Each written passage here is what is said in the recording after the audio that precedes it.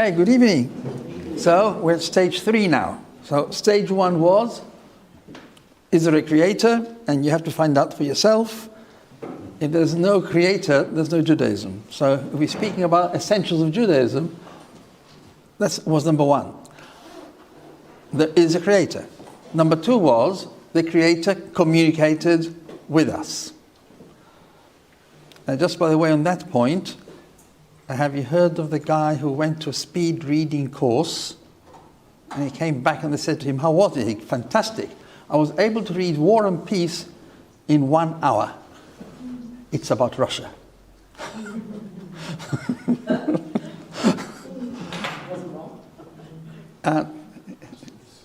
When people have got doubts about the Revelation story about Sinai, I guess they haven't read the whole story. Okay, so now we're moving on to the 3rd stage. The 3rd stage is not only was there a revelation and written Torah given to us, there was also an oral tradition which went with it. That's stage 1, stage 2, stage 3. That's the way you move into it. People move out the other way. They start by denying or not understanding or rejecting the oral tradition. From there, then they move to rejecting the Torah from Sinai. And in the end, they end up with getting rid of God as well. That's the way it works, the reform. Yeah. So we move up 1, 2, 3, and they move down 3, 2, 1.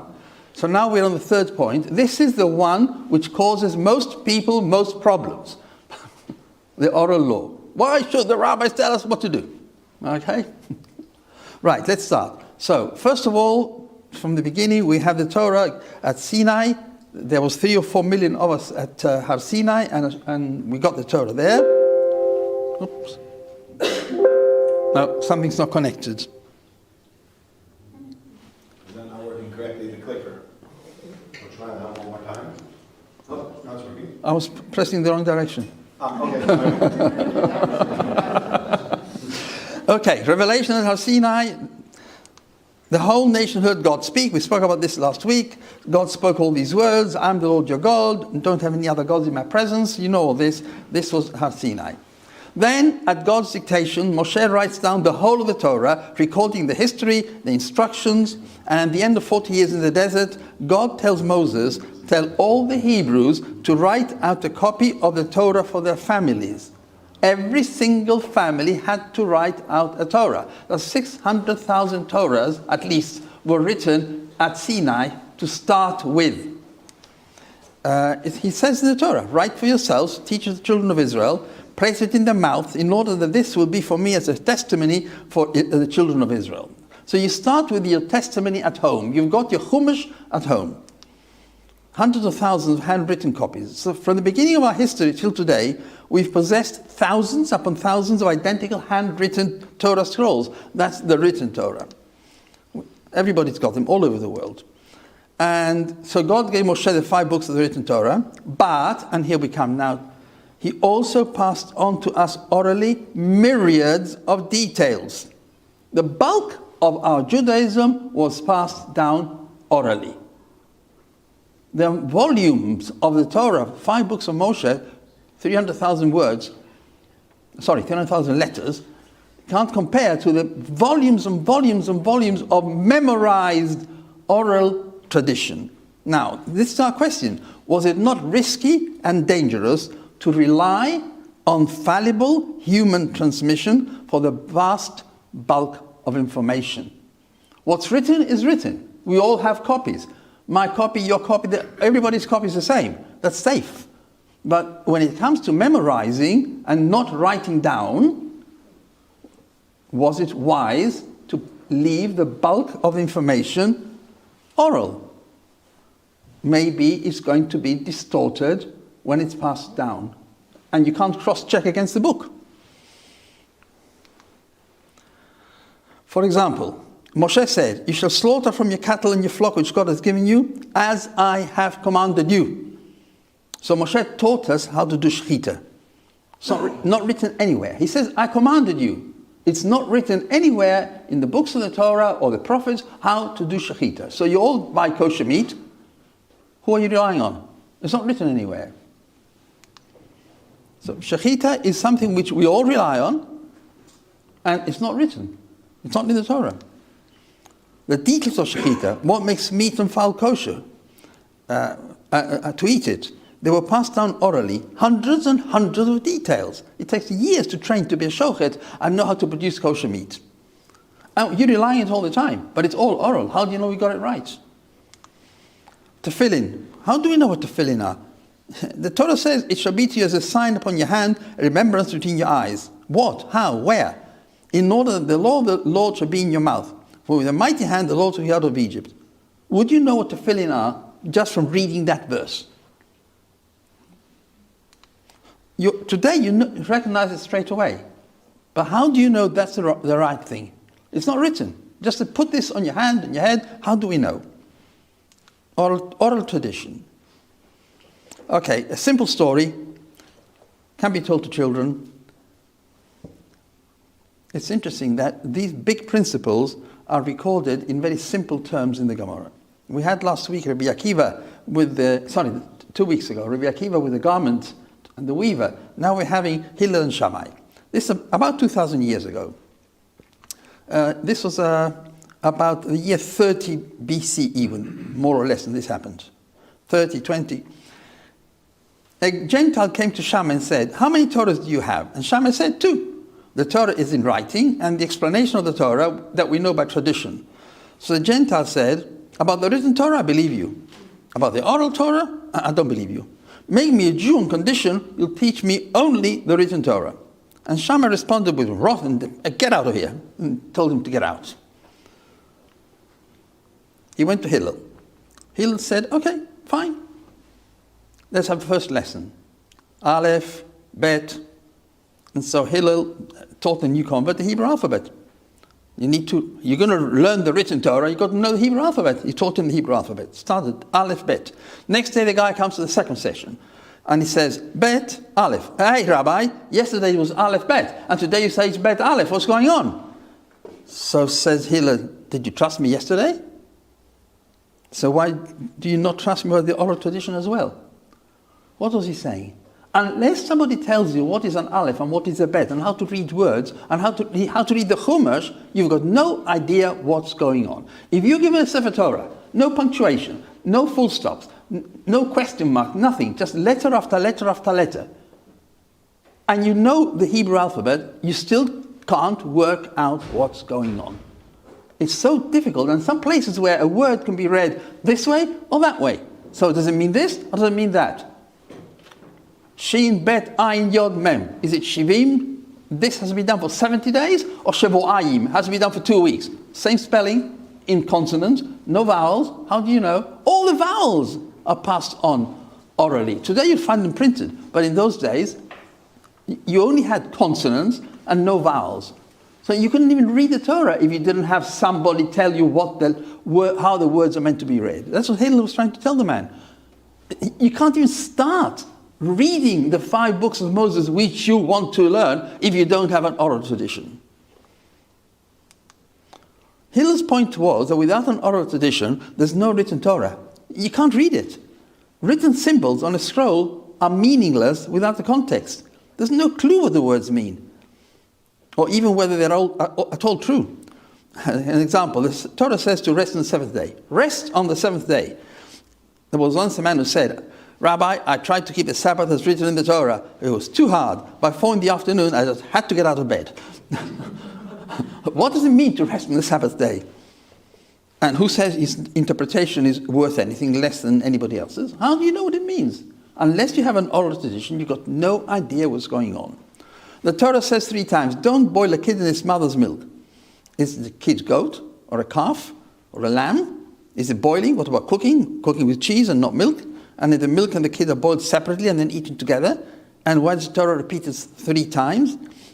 Was it an idiom of those days? Do we know what the traditions were? What does it mean? But any lady who keeps a kosher kitchen keeps her meat and her milk separate. But how do you know what to do? Who told you? Your mother. Who told your mother? Your grandmother. That's how it's being passed down all the way through.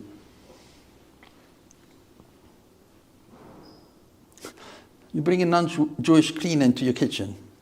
some of them say, how on earth do you know how to keep all these crazy details of meat and milk separate? There's many examples, all the same idea. The Torah is given in the context. It includes the knowledge that an aleph is an aleph and a bet is a bet. Otherwise, without somebody telling you what's an aleph and what's a bet, you can't even start. The meaning of the words, how they're to be grouped as sentences. There's no full stops. And there's the traditions of the Jewish people. Many were in place long before the Torah was given, and the Torah gave it God's official imprimatur. So lots of explanations, commandments. There is a written text, but in the written form, Moshe only wrote the bare basics. Rabbi Shimshon Hish compares it to Moshe being a student at God's lectures, and he took notes in shorthand. And when he looks at the notes, he remembers all the rest. And then he tells us all the rest. Well, we only have the notes in writing. So we need to pass on the meaning from one generation to the next one. So now this is a Jewish oral transmission and the problem of Chinese whispers. First of all, you need an oral tradition. Fine, so we have an oral tradition. But how do we know it's not been distorted? I assume at some point in our younger years, we all played Chinese whispers somewhere, right? It happens if the story goes around completely distorted. We humans are fallible. How can we be sure we have the original version?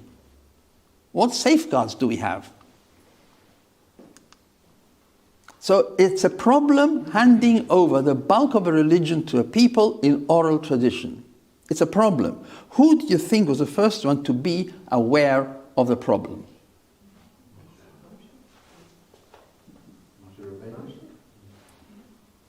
No. Who was the first one to be aware of the problem? Can't hear you. God. God knew he's handing over an oral system to fallible people. So why did he do it? He knew what he was doing, and he knew how he was doing it. God laid the foundations in the desert, already starting then, to guarantee the accuracy and the fidelity of the oral transmission. First of all, Moshe taught the Torah to the whole nation during 40 years. Now, when you play Chinese whispers, it's 1 to 1 to 1 to 1. If you have 10 people passing a message to another 10, and those 10 to another 10, are you going to find the same mistakes everywhere or not? Not likely. If you have 100 people passing something down, and one guy gets this wrong, one woman gets that wrong, somebody gets that wrong, there's always 99 other people who don't get this point wrong. They may get something else wrong, but there's always... So the larger the number who receive the tradition, the more difficult it is for it to be distorted. So when you have 600,000 couples in the desert with their children and with their senior citizens, and Moshe teaches the whole of the oral tradition to everybody, the men, the women, everybody. Nobody had anything to do in the desert. No cooking, no laundry, no nothing. All they did was listen to Moshe and the teachers passing down the oral tradition. It's college for 40 years. Any volunteers? 40 years of intense training, memorizing all the information. So to start with, it's not 1 to 1 to 1 which can distort. Because if this man distorts this point, there's another 999,000 who did not distort that point. So that's point number one. Then God set up a system of protective mechanisms for the next generations. Number one, this is a very misleading quotation from the oral tradition. I'll explain it in a minute. Moshe kibel Torah mi Sinai. Moshe received the Torah from Sinai, gave it to Joshua gave it to the elders to the prophets gave it over to the men of the great assembly, who were the ones who were present 2,500 years ago at the building of the second temple when they came back from Babylon. It sounds as if Moshe taught the Torah to Joshua. That's not the case. He taught it to everybody. If you read the Chumash, he taught it to everybody. What do you mean he gave it over to Joshua? He gave over to Joshua the responsibility as the leader of the nation. You are entrusted with the responsibility to make sure the oral transmission is passed down accurately and disseminated throughout the nation, which means that the Prime Minister is also the Minister of Education. Not our Prime Minister. The Prime Minister of the Jewish people was also, he had two portfolios. He heads the nation, he heads the judicial system, he heads the educational system. He's got to make sure that the colleges are running properly, the information is right, the examinations take place, people who pass, people don't pass, people who fail.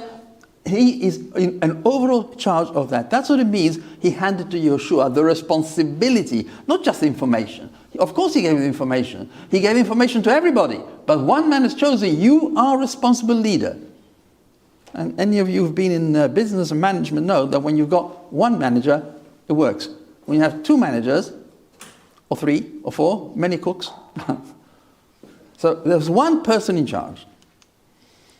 Okay.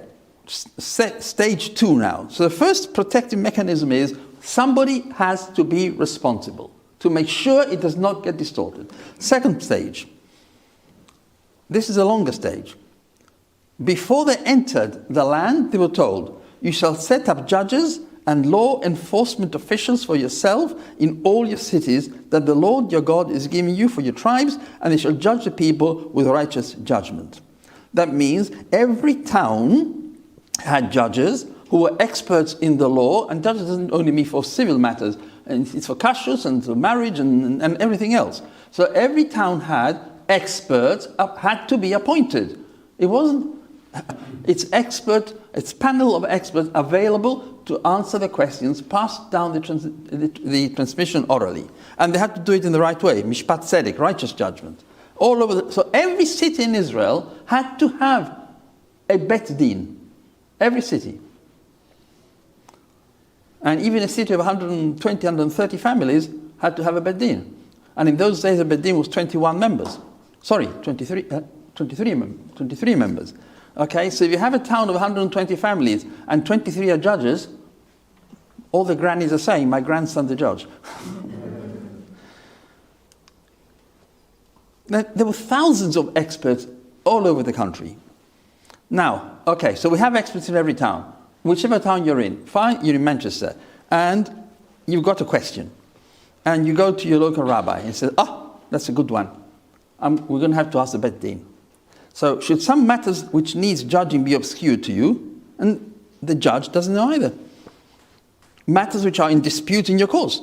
One judge says this, one judge says that. Okay, so the Torah says, you've got to solve the problem. There's something missing in the information. You shall arise and go to the place which Hashem your God will choose. And you shall come to the Kohanim, the Leviyim, and the judge, the senior judge who flourished in those days, as you shall inquire, and they shall tell you the law. How does it work? A man or a woman has a question to ask. Asks the local rabbi. The rabbi says, that's a big one. Let's go to the bet din. The bet din says, discuss it. No, you know something? It's a good one. We don't know either. So now you and your rabbi and the judge in that town, the three of you go to Yerushalayim. They don't just send you off on your own. They go with you. We're going to have to find out. We all need to know. So you go to a lower court in Yerushalayim. And if they don't know, one of them joins you and you go to a higher court in Yerushalayim. If they don't know, one of them joins you and you go to the Supreme Court. But you just got to carry on till you have an answer. Nobody can say, I don't know, goodbye. The person who says, I don't know, and is supposed to know, has to join you because you have to have an answer. So this is an artist's impression of a Supreme Court in session. It's only half a picture. And then the Supreme Court tells you, right? This is the answer to your question. Then you're told, this is a mitzvah. It's a commandment. Moshe wrote this. You shall act on the decision they give you in that place which God has chosen. Ultimately, that was Yerushalayim. And you shall be heedful to do according to what they instruct you. You ask a question, you be given an answer, you've got to follow the answer. Because that's the law, and you're law-abiding, you have to follow the answer. According to the instruction they give you and the judgment they give you, shall you do. Do not deviate from what I tell you, to the right, nor to the left. Says, Rashi quotes the Gemara, even if they tell you that right is left and left is right, you have to listen to them. Now, isn't that crazy? You go to the court and they tell you, this is right and this is left. And you say, no, Rabbi, that's left and that's right. No, this is right and this is left. And you're told you have to listen, even if they say right is left and left is right. Do you know why? Because if I'm the judge and you're facing me and I say, that's a right and that's a left, what do you say? No, Rabbi, that's your left and that's your right. And what's the answer? You're facing the wrong direction. The expert is facing the right direction. And he said this is right and this is left. You're facing the wrong direction. So the Torah says in any case, the Torah says you've got to do what the court says. And if a member of the court, don't worry, only a member of the court, who acts willfully and says, I vote against this and I'm not prepared to take your opinion, colleagues, and he refuses to listen to the Kohen or the judge who's standing there serving God, this is horrible. The judge who disagrees with the court, he's going to be executed. He's not going to disagree in a hurry. You shall remove all evil from your midst. It's too dangerous to have a lone voice, or two or three, who are saying, I'm a member of the court and I don't agree with the court. Right? I made the law and I'm not keeping the law. That happens today in England. A judge who says, I've got a different opinion, I am not going to follow what the court says, he's out of the way. And all the people will hear and be in awe and will not act willfully from then on. So now, Nachmanides, Ramban, about 700 years ago, he elucidates this idea. Even if you think the court made a mistake, and to you it's as clear as right and left, you still got to listen to them. And even if you're a judge yourself and you're a member of the court and you think you made a mistake, then the majority outvotes you. You've got to listen to them. I must understand that I was given the Torah to follow according to the instruction of the court, even if they made a mistake. Why? It's a very necessary mitzvah to avoid problems. You're better off with a court which makes a mistake every once in a while than having everybody saying, I'm following my opinion. That's going to be anarchy. For the sake of uniformity, the Torah says, follow what the court says, whether you like it or not. It's a very necessary mitzvah to avoid problems which are likely to arise as different people try to explain words in the Torah in a different way. We saw already the Torah is so difficult to work out unless you have a tradition. So as new situations arise, different minds will understand them differently. The Torah will become many Torot. Anarchy would result. So there is a firm system in place to stop the possibility of anarchy. But that is what's happening, isn't it, in Israel now? So I'm thinking about Abunot, for example. So there is, the Abunot is part of the oral law, and there is a particular approach to that in this country. There are both Torah laws and oral laws involved. In Israel, it's easier than in Chutz La'aretz, because in Israel you can get the husband jailed. And by the way, there's not only agunot, there's agunim as well. But in Israel, there's some progress at the moment around women perhaps being allowed to remarry even if the husband doesn't. So there's quite a few interpretations, is what I'm saying. There's official interpretations and there's unofficial bodies and groups and reform and so on who do what they want. I'm reading this from the Orthodox press, though, Yeah. that Orthodox women are being unchained, even though in other countries they wouldn't be. Because they have It's a reinterpretation. No. It's because they have the power of the law, which we don't have in England or America or anywhere else. Okay, so what you're saying is it's not a reinterpretation of the oral law. It's not a change. It is working, if it's a proper Orthodox system, it's working within the parameters. I'll speak about the parameters later. Okay. So we have to follow them. We have to follow the Supreme Court the Sanhedrin, in any explanation they give, any transmission from Moshe, and the understanding of the verses, and intention of the verses. Because the Torah was given, God gave the Torah according to the understanding of the Supreme Court. Everybody knows, but if it comes to a difficult situation and nobody else knows, then they have to decide. And Ramban says, this is not halachic, this is sort of mystical. The Spirit of God is upon His holy servants, and He will not abandon the pious ones, the Jewish nation. They will always be protected from mistake and stumbling. God has assured us that the Supreme Court, if it's properly constituted, will He not let the nation down. The Jewish nation is too precious to Him to allow that to happen. And the Torah says, in that case, the majority opinion of the court prevails. So that is the law. So in order to make sure that the oral tradition remains intact, we have this system that ultimately the Supreme Court is in charge. Now, why would there be disagreement and the need to vote? So first of all, Nachmanides said, different minds think differently. So there's going to be disagreement. We know from the beginning there's going to be disagreement in how to understand or apply.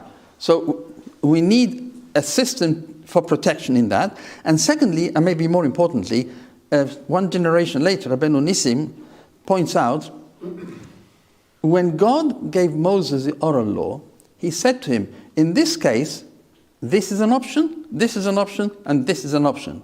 Or this and this.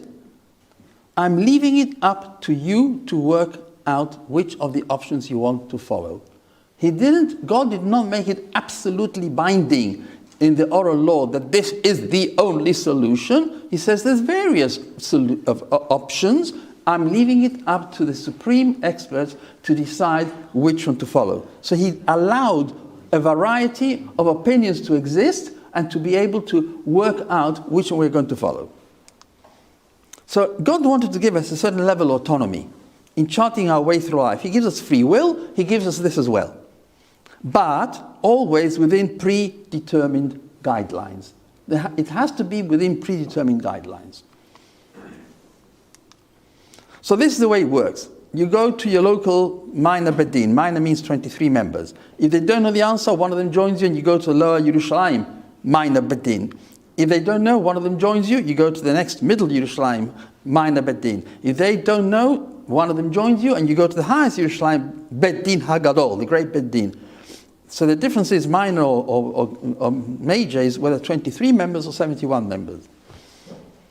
So the mechanism was in place to make sure that the law remains understood, applied, and enforced and ratified. Plus, the court was given the responsibility to introduce legislation when needed. So the Torah says, protect the law.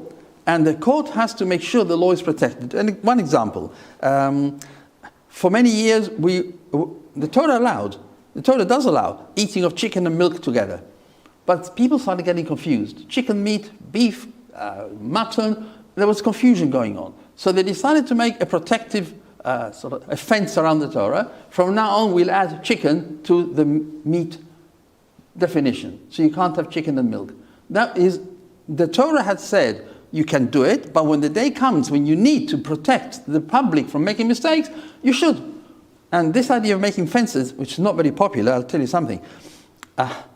If you've got a lovely house with a lovely swimming pool, and you've got children and grandchildren, and you don't put a fence around your swimming pool, what does that show? You don't care. So if you care for the Torah, you don't want to do something wrong, if you care for your health and you don't want to catch COVID, you wear a mask. Right? Protective mechanisms. So do all branches, if that's the right term, of Judaism, Ashkenazi, Sephardi, Lubavitch, keep the same oral laws? They all keep the same parameters for the major points, and I'll discuss later on the major point and the minor points. Rabbi, Yeah? on that basis of introducing legislation when needed, etc., why, for example, do we still have 2 days of Yom Tov outside of Israel? Because, yeah. The reasoning Yes. originally was logical. Yes. Now it's totally illogical. Yes, yes. Because one of the laws is you have to follow the dictates of the Supreme Court. And that's binding. Another law says that no court can nullify what the previous court said unless the subsequent court is greater than the earlier one, because we don't know all the reasons why they said something. So far, no court has dared say, we know better than the court which made this decision. But there have been different interpretations on aspects of that over the years. For example, when people living here were going to Israel for Yom Tov, at one time the rabbis would say that if they had their own second home there, Yeah. when they got there, they could observe 1 day. Right. Subsequently, people were told when they were going to stay with family there, that it wasn't their own second home. They could then observe 1 day. So there's been changes in the interpretation in that respect. On the application, yes, that is different because there's no Supreme Court. So valid applications can be made and there's nobody to decide between them. So we still have to come to the fact that nowadays we don't have a Supreme Court. We don't have an ultimate authority who's able to enforce on everybody. But I haven't come to that point yet. So God himself could have put on the fences, but he wanted to give us a chance to use our dedication and interest, and we should make them to show that we care. Right, so in Israel, till the destruction of the first temple, the system worked. There were courts all over the country. There was a Supreme Court in Jerusalem, and the oral tradition was perfectly protected. If there was ever any doubt, it was taken to the Supreme Court, it was voted on, that's the law, everything else was ditched, no other opinions are allowed. Every single Jewish community in the whole of the land of Israel followed one system, no differences, everybody. But then came destruction and exile. And now the situation changed. So again, what safeguards are in place to protect once we are out of Israel, and most Jews and from then on living outside Israel? The first exile was to Babylon. So how are we going to survive the destruction of the Beit HaMikdash, which was 420 BCE? How was the transmission of the oral law to survive the exile of the Jews to Babylon? Once people are exiled, all the traditions break up, family structures break up, the transmission breaks up. How are we going to protect the authenticity and the integrity of the oral transmission? So God here engineered something, and the guy who didn't know why he was doing it, the king Nebuchadnezzar, when on one of his first campaigns to Israel, he took into exile 1,000 top senior sages of the Jewish people. 1,000 experts in law, in Jewish philosophy, in everything. They were taken into exile. So you have 1,000 rabbis arriving in Babylon. What do you think they're going to do? Make a yeshiva. What are they going to do? They carry on with their learning and the teaching. So they created an educational infrastructure, yeshivas. And by the time a few years later, when the rest of the nation came as exiles, when the Beis HaMikdash was destroyed, the educational infrastructure was solidly in place. And those who arrived were absorbed into the educational system and immediately were able to pick up the continuity of the transmission because the foundation was there. They didn't go to a desert, they went to a place of educational institutions. And Babylon remained this reservoir of the oral law for approximately 1,500 years. Starting on that foundation of those 1,000 sages, it was the reservoir for approximately 1,500 years. It carried on after that, but they were no longer the leading reservoir. But for 1,500 years, till round about 1,000 or so years ago, they were the great yeshivot. The leaders are called Geonim, and the whole of the diaspora used to send the questions there, because they were the reservoir of the oral law. So the transmission system worked perfectly for approximately 1,050 years, from 2450 at Har Sinai to early Second Temple days.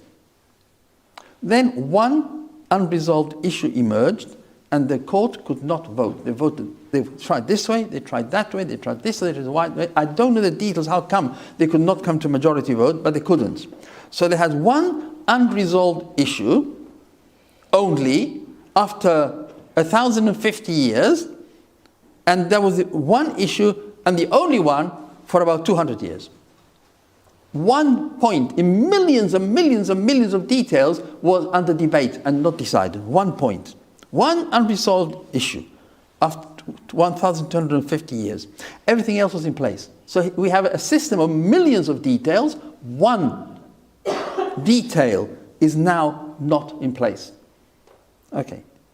It's a tragedy, but it was a reality. This one issue, and this is important now, like the vast, vast majority of unresolved issues which came later, was only in one detail of one area, and in this case, of rabbinic law. So, for example, everybody knows there's a Shabbos, and all you have to do on Shabbos. Everybody agrees that riding animals on Shabbos is an ancient rabbinic prohibition. Everybody agreed on that. There was one little detail. The prohibition which was made to ride animals on Shabbos, does it extend to putting your hands on the head of the offering you bring to the temple or not? Is putting your hands on the animal the same as riding the animal? Are you surprised? Huh? Is putting your hands on the animal the same as riding the animal? Is it or isn't it? So some said it is, and some said it isn't. And they couldn't decide that. But notice it's a detail, one detail of a rabbinic law. Everything else is in place. The whole of the oral law is in place. All the traditions are in place. One detail of one rabbinic law is now can't be decided. Everything else is in place. Yes? Sorry, I can't get my head around that one. It's if you put your hand on an animal's head, it doesn't take you from A to B. No, but when you put your hands on the animal when you bring an offering, you put your weight on it. So is it the same as riding or not? But riding takes you from A to B. You're quite right. And that's a debate. Is it the same or isn't it? Yeah. You say it's not. Somebody else said it was. And that remained. So you're on one side and somebody else on the other side. Okay, you got good company. But so has the other side. A to B necessarily means even just sitting on the animal is forbidden. So is placing your entire weight on it the same as sitting on it? Because we'd have to change that slightly. I think you're disturbed by the idea that the animal actually has to be moving. You don't have to sit on the animal even without it moving. Right, okay, fair enough. Right, thank you. Okay, thank you. That's an elucidation of the oral tradition. Okay, things are getting worse. The Romans. 34 BCE, somebody called Gabinius is appointed as Roman governor of Judea. And he starts disrupting the sittings of the Bet Din Hagadol, or the Sanhedrin. He stops them from meeting. He does not allow the Supreme Court to meet. That means if there's any issues under debate, they can't be decided. Now this is real bad for us. We depend on the decision of the Supreme Court, and now this guy stopped it. It's all the history of the time. You may have heard of Herod and his father, and how they took over the rulership from the Hasmoneans, and they killed all the Hasmoneans. It was all part of the same thing. The father of Herod, Antipater, joined up with Gabinius, and they made all this trouble. And round about this time, 30 BCE, Hillel arrives from Babylon. Because the situation was now getting difficult in Israel, Hillel came from Babylon, a tremendous expert. He came to bolster and help the Jewish community in Israel. And he arrives in Yerushalayim, but the Roman politics and Herod make it too dangerous for him to join the existing yeshiva of Shammai. So the Supreme Court can't meet. Everybody used to be in one big yeshiva at times, get all together to debate. He can't join them. The Romans are looking like hawks, so he's got no option. He opens another yeshiva. And you must have heard of this. You now have there's hundreds of yeshivas around the country, but two senior yeshivas for the top men, the top research institutes. One is now called Bet Shammai, and one is called Bet Hillel. This was a new thing, it never happened before, that there should be different yeshivas. There was hundreds of yeshivas, but in terms of the one supreme, there was one supreme. Now there's two supremes, because they can't sit together. So this is going to make trouble, and it did make trouble. That's Gabinius. Okay, so now the trouble starts. Then we know the trouble starts now. Shortly before the destruction of the Second Temple, which was 70 of the Common Era, that's 100 years after Hillel arrived, Roman persecution disrupted the academies to the point that scholars were unable to devote the years of study needed, and disagreements arose which were not resolved. There's persecutions, they can't devote the time, there's no Supreme Court, so now we get into a difficult situation of disagreements. This is now when disagreements start, at this point in history. Till then, there was, for 1,000 years, no disagreements. For the next 200 years, one disagreement on one minor detail. Now the disagreements start increasing.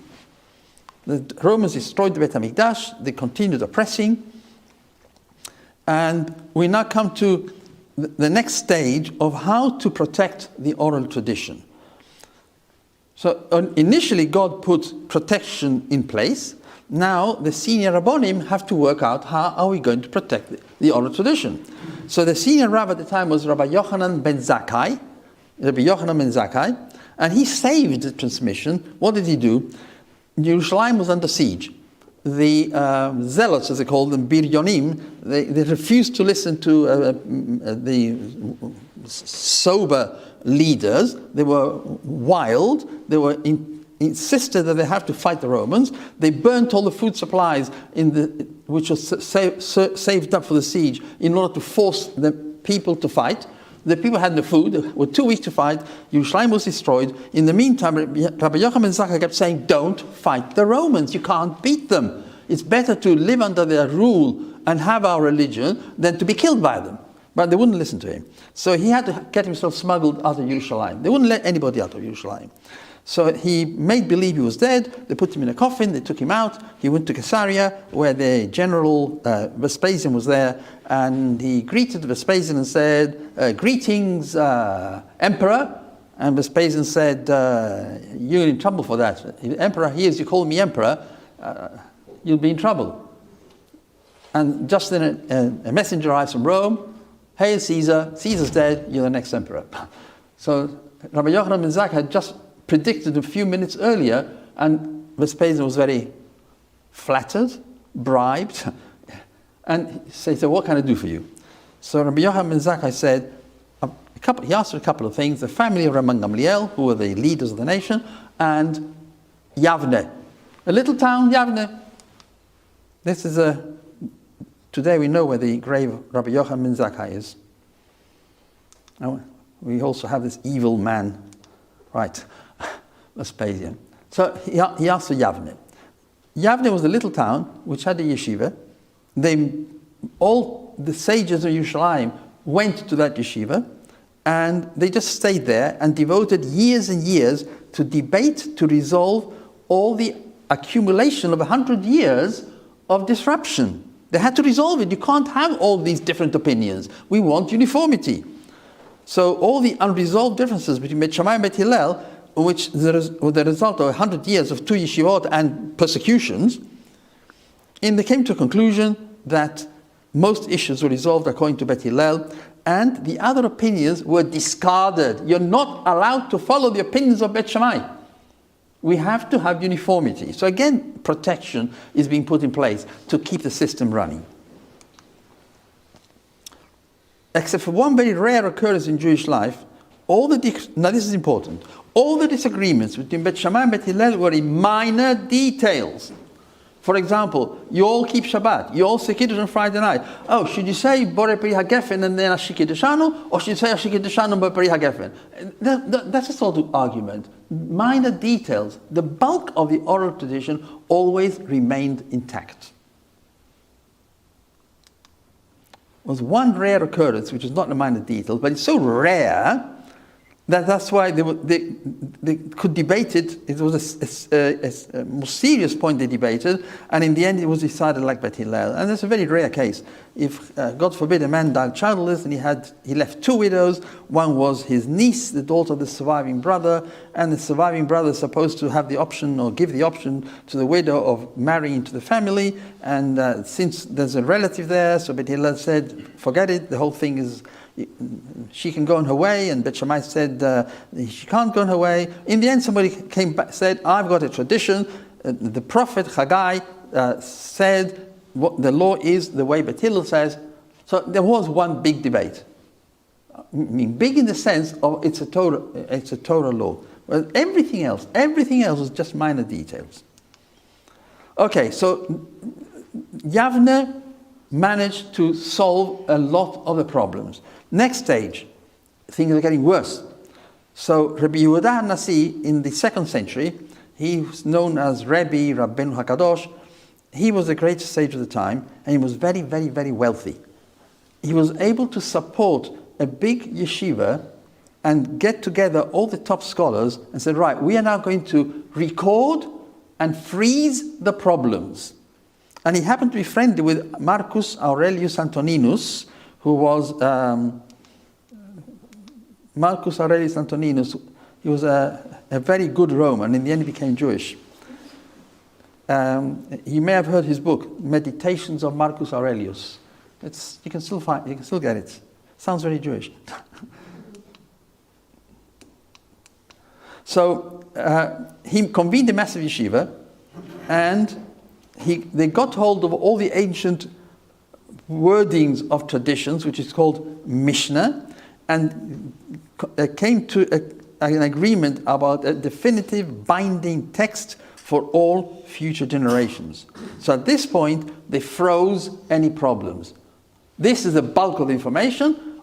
Here there's a bit of a disagreement. And we are freezing the problem by recording where the disagreements are, and also laying down how to decide when there is a disagreement. So in order to stop deterioration, they committed to writing the oral tradition, which had been oral till now. So that's already a protection.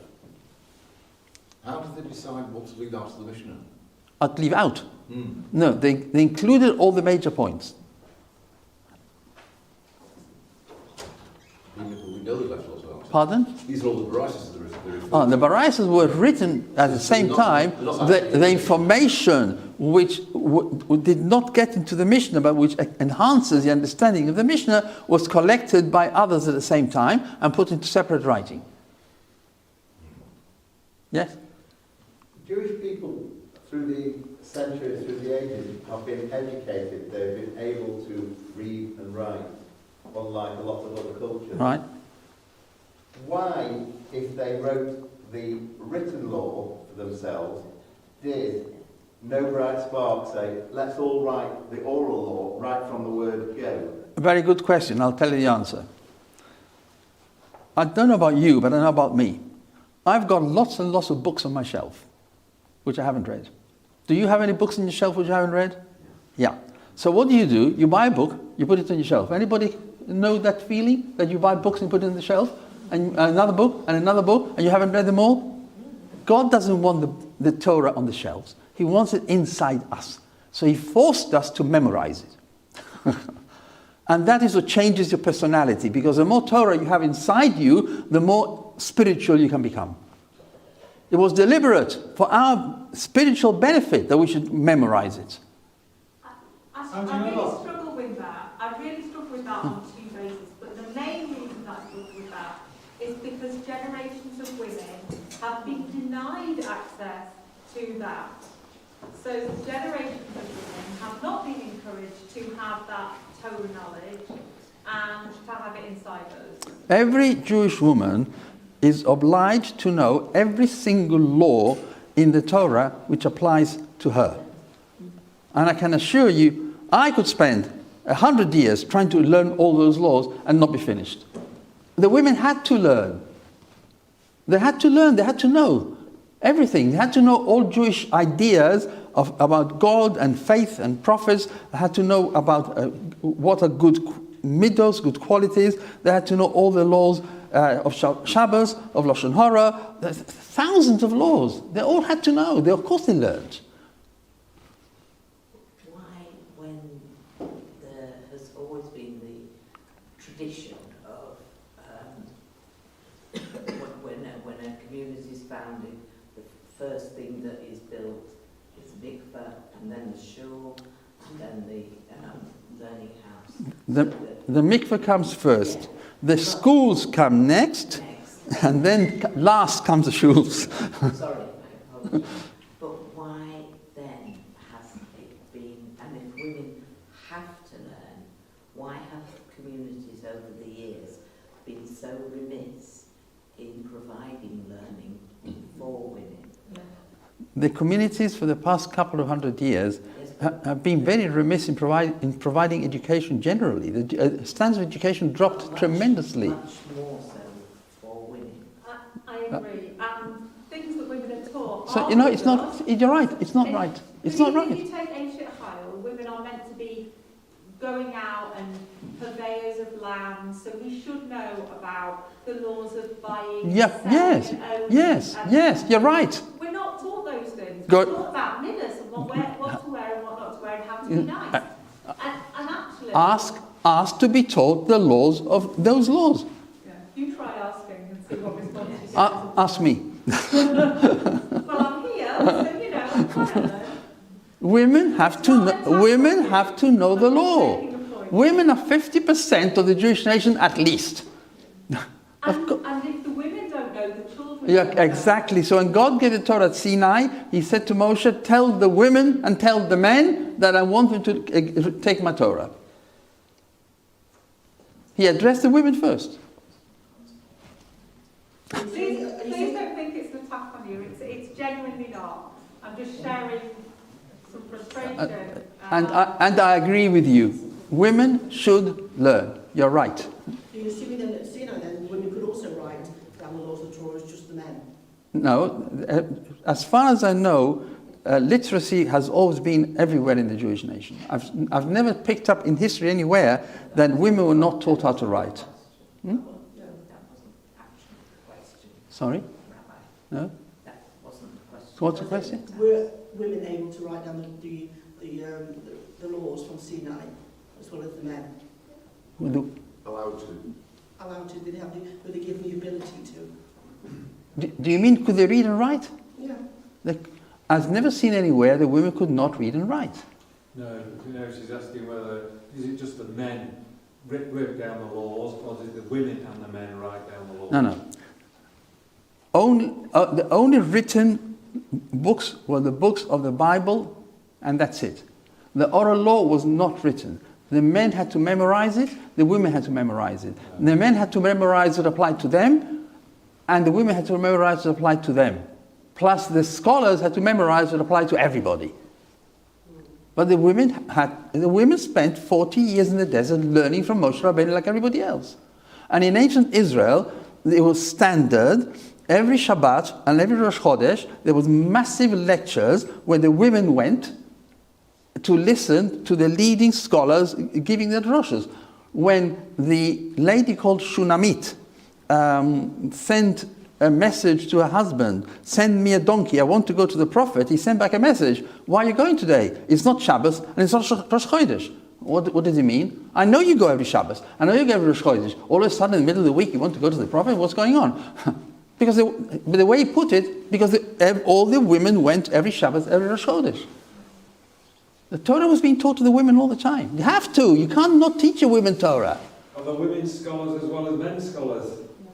The scholarship was more in the hands of the men, yes. The women were in the child-rearing, education, caring, domestic situation. To be fair, it's not just in the Jewish world, is it? The disparity between women learning and men learning.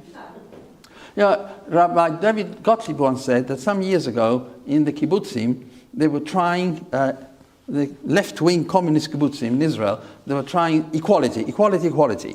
So the women were also driving the tractors and looking after the cows and equality. Slowly over the years, this social experiment started dissipating. Slowly, the women started saying, I'd rather work in the kitchen than in the barn with the cows. And another woman said, I'd rather work in the nursery than work in on the tractors. And slowly, the women went back to their natural feelings where they liked to be and did not want to do the sweaty, hard work what the men were doing. That's what happened in reality. These are totally non-religious people. So let's move on with the rest of the share then, Rabbi. We have great women in Judaism. We have great women in people who are saying Jewish people are women. I'd love a series of shiurim by a male rabbi about all the brilliant women in the Torah and Why can't a woman give that shir? because I'd like to hear a man give it. Pardon? Because I'd like to hear a man give it. Okay, I will ask your rebbitzin to give me her notes and I'll deliver them on her behalf. Let's move on. Your rebbitzin gives those shiurim on a regular basis. Okay, so this was the freezing of... We did have problems and we had to freeze it because the oral tradition was being scattered all over the world. So we froze the problem by putting it into writing. The Torah was not meant to be in writing, but they had to... There was an emergency. And for an emergency, they were allowed to put the Torah in writing. Now comes the next final safeguard. Now the Romans, they became Christians, and it was getting worse and worse and worse. Constantine, the Roman emperor, became a Christian, a Catholic, and the persecutions of the Jews in Israel was horrendous. They were killing, they were murdering, they were plundering all the time. So the Jews fled from Israel and they went to Babylon. And all the sages in Israel all went to Babylon. The yeshivas in Israel closed down and they all went to Babylon. So again, what do a few hundred scholars who arrive in Babylon do? They go to the yeshiva, to the center. So there was a big mesivta, it was called in Aramaic, a college of Rav Ashi. Now again, 3 times in history, God appointed a leader who was the wealthiest and most powerful person. Moshe, Rabbi Yehuda HaNasi, the Mishnah, and now Rav Ashi. He was the greatest sage of the time. He was very wealthy. He was so wealthy, he could support all the sages who came from Israel, plus all the top sages of Babylon. He could make them free of having to work for their living. And they spent years and years and years and years revising the totality of the oral law. All the sages of the nation, all under one roof for many tens of years. And they reviewed the totality of the law. They recorded all the decisions of all the past Sanhedrins, which they knew orally. All case law was memorized. Now they recorded it, all the decisions of all past Sanhedrins, and it was all put in writing. And this is the Talmud Bavli. So that was the next stage of freezing the problem. Write down what's clear, write down what's not clear, freeze the problem. That's a sample page of an old surviving Talmud manuscript. And today you've got hundreds and hundreds of volumes. So anybody who learns Talmud seriously today will be aware how much effort goes into analysis after analysis and rigorous principles of logic in order to get the oral transmission sorted out accurately. It takes a lot of years, many years of hard work. Many, many years of hard work. That's what the Talmud is about. So today, the Torah principle is, the Torah said, according to the Torah which shall instruct, you shall do. You shall not deviate from what they tell you, neither to the right nor to the left. This applies to the Talmud, because the Talmud is the record of all the proceedings of all the Sanhedrins from the beginning right down to the end. And God said, you got to follow the Supreme Court, and we have all the records, and so God said you have to follow that. So God endorsed the decisions of the supreme authorities up to the Talmud for eternity. But then comes the post-Talmudic period. Now we're into the early Middle Ages, from 570 to 1200 of the Common Era. So the Talmud was sealed, and this is it. This is binding on the whole Jewish nation. And then the yeshivas in Babylon were led by sages. The senior was called Gaonim, and slowly there was a shift of Jewish centers to Europe and North Africa. I can't tell you all the story, it's too long. It's I can't tell you the story of how it happened that the scholarship spread to Europe at a time when there was persecution by Christendom and Islam and Crusades. So the center of scholarship shifted to Europe and North Africa. France, Germany, southern France, Provence, Spain, Fez, Kairouan in Tunisia, Italy on the Adriatic. So there was Torah academic development in Europe and North Africa. At that time, there was a publicizing of the Kabbalah. This is just the historical framework, context. There was a lot of Islamic and Christian persecutions, expulsions of all European countries. England and every European country at some stage expelled the Jews. And still, the Jews carried on learning the Torah. The Spanish expulsion and the end of this academic period called Rishonim. So in Europe and North Africa, there was a need now for consolidation. Because of all these shifts and what's happening, it's all these persecutions and expulsions which is disrupting the system. So in Europe and North Africa, the following: Rabbi Yitzchak Alfasi, Moshe Maimonides, you've heard of him, Asher ben Chiel, known as the Rosh, Yaakov ben Asher, they gathered all the decisions and started organizing and codifying. And in 1565, Rabbi Yosef Karo in Sfat, from a family he was born in Spain, he left at the age of 9. So he codified all these earlier works, published it, and Rabbi Moshe Isserles in Krakow added glosses to bring the work in line with Ashkenazi North European practice, because the split between the Spanish school and the German school had developed different practices in minor details, but the differences were there.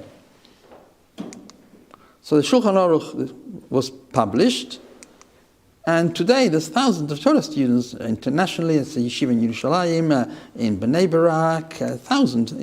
These are just 3 pictures.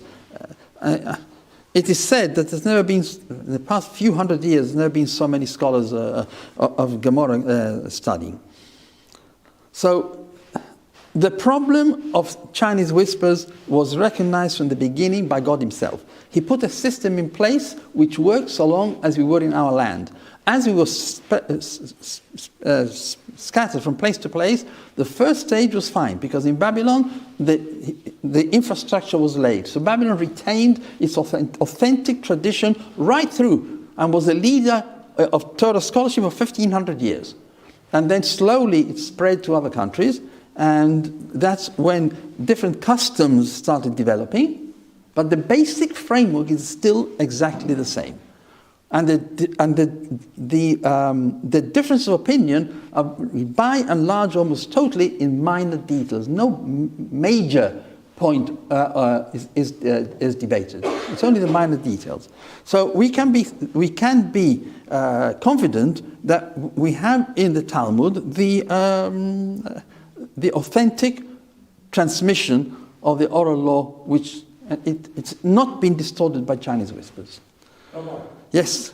It's not difficult to accept that God told us we shouldn't kill, steal, commit adultery, and other major rules such as those. There's also minutiae in our religion and our rules. Why would God care whether or not you add something to the pot on the hot plate on Shabbos, or stir the soup on the hot plate? Okay. Why would you care about such minutiae? Okay. Don't take this personally. This question was asked. Do you know who asked it? Jesus. Don't take it personally. The question was asked by Jesus. It's a question, yeah. Why does God care about the details? Right. Such minor detail. Right. So God said, keep Shabbos. God said 39 melachos, acts which must not be done on Shabbos. One of them is cooking. Heating food is cooking. Adding to a hot pot cooks the food. So what you're asking is part of the Torah law of not cooking on Shabbos. Were you cooking by having it on the hot plates in the first place? No, it's been cooked already. Okay. You're keeping it warm. Once it's cooked, you can keep it warm. That was just an example. There's so much. There's so many details. And for example, Rabbi, when you were doing the on Shabbos afternoon, the halacha about hamotzi. I mean, for weeks and weeks and weeks, Yeah, fine always. detail. You don't say hamotzi. Yeah. That's the greatness of the Jewish nation. Say hamotzi. So, Rabbi, the transmission into Christianity, he tried it. Christianity tried it, that transmission. No, he didn't. He denied the transmission. He started by denying the authority of the rabbis. Islam is the second, or the first most religious nation in the world. So where's the transmission? Except, no. First of all, they are a great religion in terms of believing in one God. They've got a little problem. They think they have to kill anybody who doesn't agree with them. But they transmitted that all the way Pardon? through. That's been their transmission all the way through. Yes, fine. So they have a transmission. Kill your enemies, right? But I think the point that's being made is there is the written Torah, there's the oral Torah, and then there are laws made by Rabbonim. I think that's what you're saying. Right, and the Rabbonim who made those laws, the Torah says the laws which are made by the Supreme Court are binding on the nation. So that God endorsed the laws of the Supreme Court. But Rabbi, what I don't understand then is why, just going on from earlier's example of food, why are certain foods kosher in London, non-kosher in Manchester? Because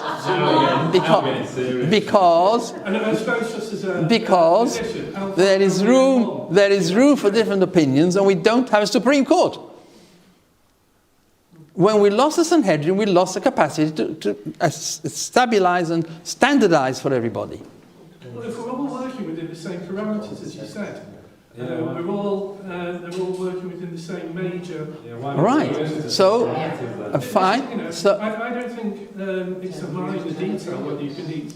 Was it a Mars bar? I thought it was about small. okay.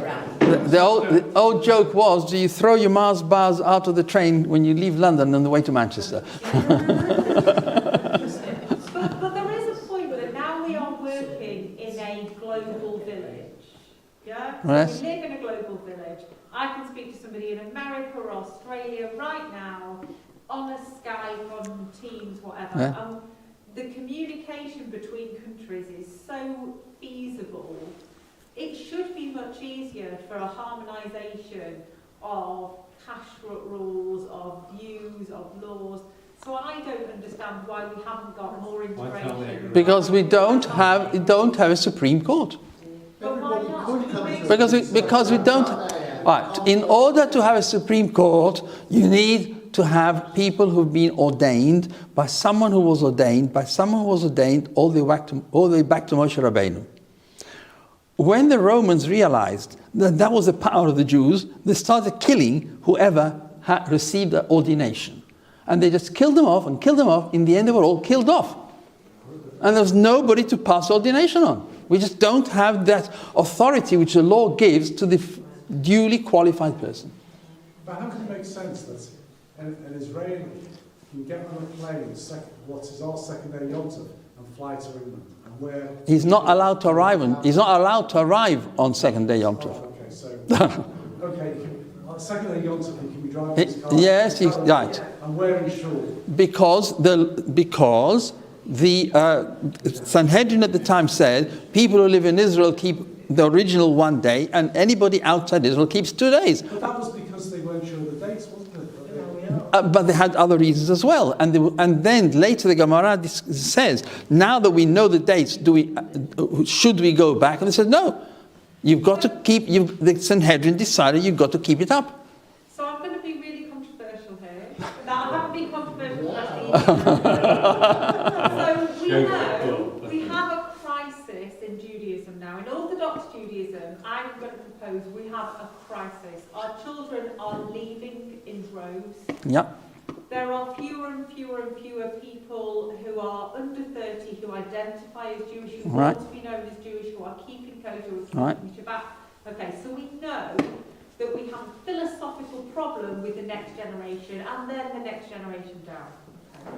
And some of these nuanced questions are the things that are driving them away because they cannot understand the logic behind it. I have a strong faith and a strong belief, and it confuses me, but I go with it because I have a strong faith and belief. If you haven't got that strong faith and belief, young people no longer have that because I tell you they do it. And is it not the fact that because we are in this crisis, the Rabbanim that do exist maybe need to think we are in a time of crisis and Judaism is going to disappear within 3-4 generations unless we do something. And that's the Rabbanim are doing something. They're trying to teach. What else can we do other than teach? Hundreds and hundreds of Jewish kids all the time going to Israel to find what Judaism is. They were born Jewish, they didn't know much about it. They're going to find out. Well, I go to Israel and I can't find a kosher restaurant, or I'll find a restaurant that's And it's going to get worse if the present government carries on the way it is. So I'm not sure that Israel is the solution. I'm just giving you an example. My Rebbe, Zichrono Livrocha, said, we have only one thing to fear: ignorance. That is what's causing all the problem, lack of information. But that's why Steve is so excellent, because we're trying to bring it to young people in a palatable way and in a more contemporary, relevant way. Thank you. Yeah, but I worry a lot that the kids have gone. You're right. You're right. You know, I was speaking to a boy today, had a private... I learn with him once or twice a week, and I said to him, he's a 6th form boy in King David. I said to him, do you know about the 39 melachos of Shabbos? He said, he never heard of it. I said to him, go and ask for your money back. He's not getting a proper Jewish education. He is a 6th form boy in King David, he's been right through the system, he's never heard of 39 melachot on Shabbat.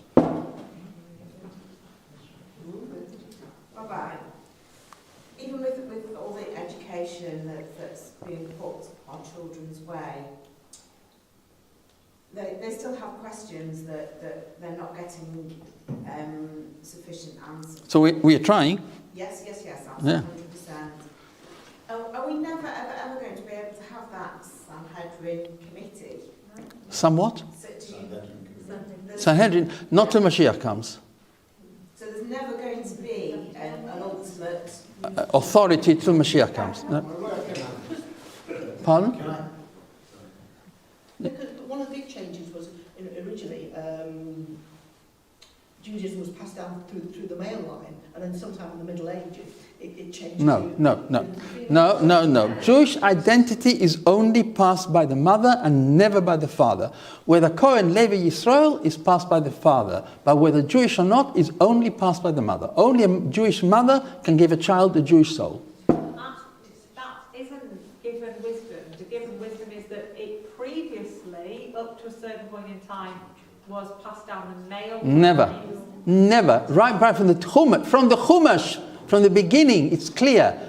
The Jewish identity of a child depends only on the mother. From the giving of the Torah. I think before the giving of the Torah was through the father, but after that it was from the giving of the Torah was always through the mother. There are straightforward verses in the Torah that say it. Yeah. That's black and white. It's only in the past 50 years Reform in America started distorting things. Okay.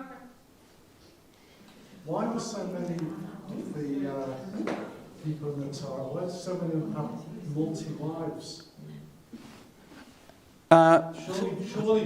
We don't want to go back to that, do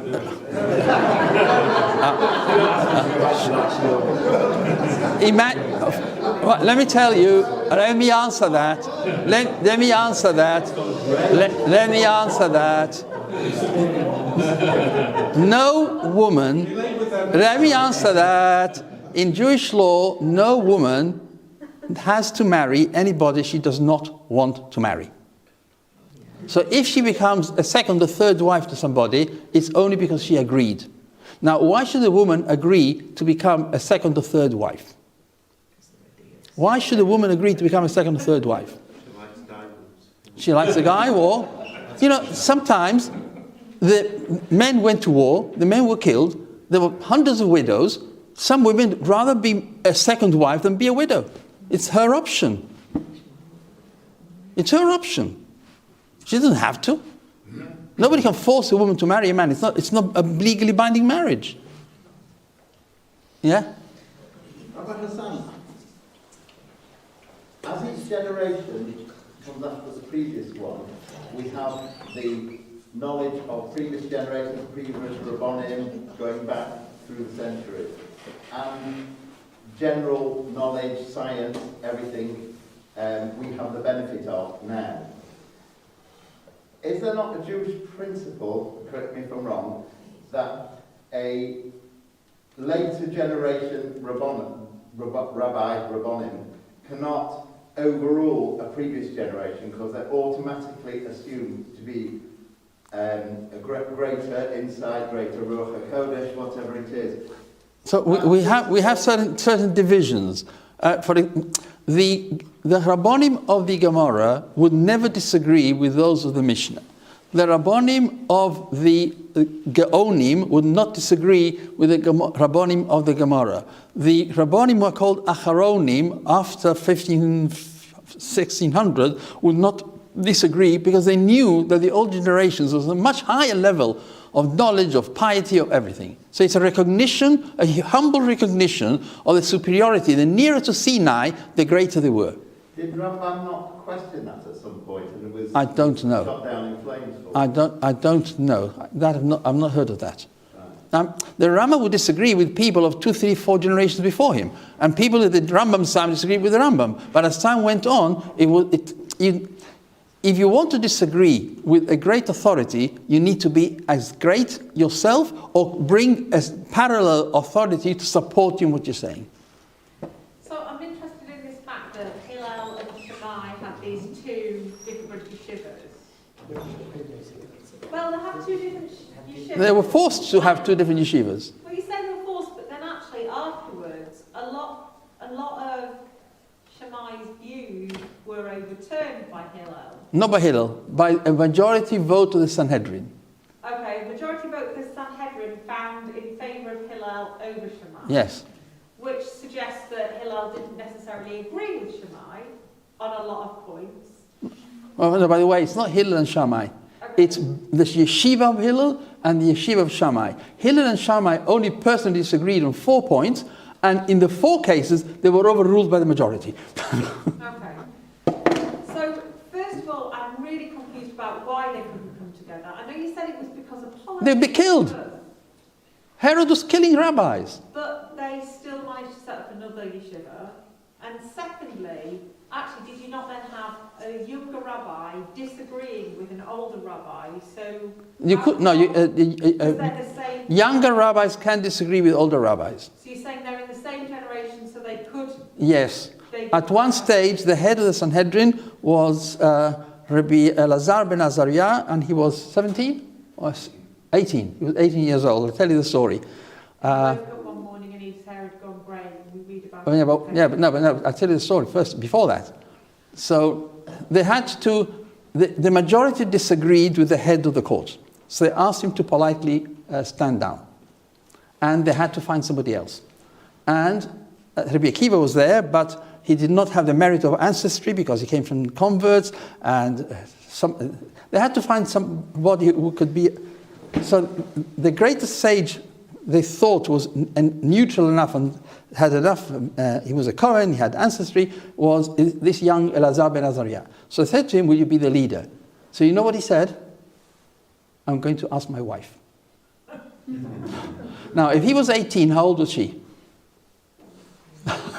So here's the whole future of the Jewish nation. The head of the nation is now, this decision is going to be made by a 16-year-old, 17-year-old girl. She's going to decide whether her husband should become the head of the court or not. So why did he ask her?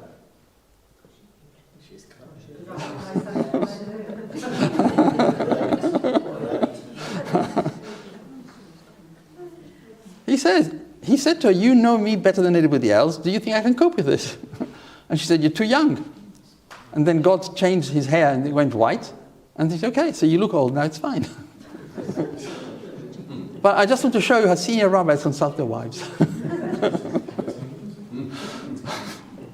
Okay, ladies and gentlemen, you got many more questions. Let me tell you something. You got plenty of questions. Yeah, you've got a rabbi. Ask him.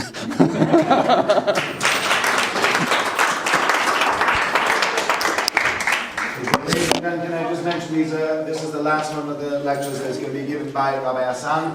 Next week I'm going to be speaking on the topic of why do bad things happen to good people. And a couple of weeks' time, Rabbi Shagrin who's going to be speaking about the 7 wonders of Jewish history. I am also seeing over here, so I'd like to put this forward, that there are a lot of questions that have been asked by lots of people. I think we could have another session after the 5 sessions, just open question answers. I'm happy to do it. I'll see if I can find someone else to do it with me. Either we'll do it that way or I'll just do it myself. Either which way, I'm happy to take any of the questions. All questions tonight were good and all were valid, and they all deserve an answer. As Rabbi Hassan said, it's my job to answer them, so we're going to have the session.